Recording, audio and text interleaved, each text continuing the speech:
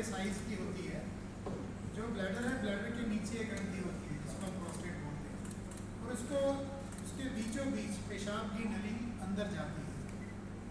जब 40 साल की उम्र के बाद प्रोस्टेट बढ़ना शुरू होता है तो पेशाब की नली को दबाना शुरू करता है, जिसके कारण भिन्न भिन्न प्रकार के सिम्टम आ सकते हैं। ये सिम्टम हो क्या सकते हैं? जैसे पेशाब करने में जोर लगाना पड़ना, पेशाब करने के बाद ये लगना कि अभी पूरी तरह से खाली नहीं हुआ, दोबारा जाना पड़ेगा।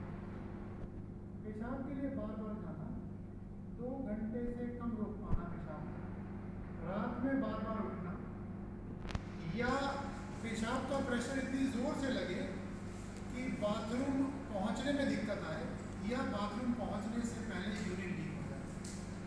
कभी कभी कुछ सिम्टम इस प्रकार के भी होते हैं कि पेशाब अचानक रुक जाता है और पेशाब की नली डालनी पड़ती है, जिसको हम यूरिनरी रिटेंशन बोलते हैं। इसके अलावा रिपीटेड इन्फेक्शन हो सकते हैं जिनको यूटीआई बोला जाता है।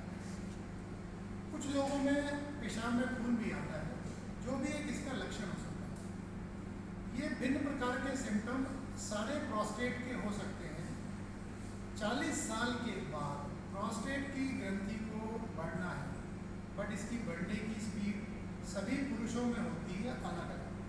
प्रोस्टेट एक ऐसी ग्रंथि है जो कि सिर्फ मेल्स में ही होता है, फीमेल्स में नहीं होता है।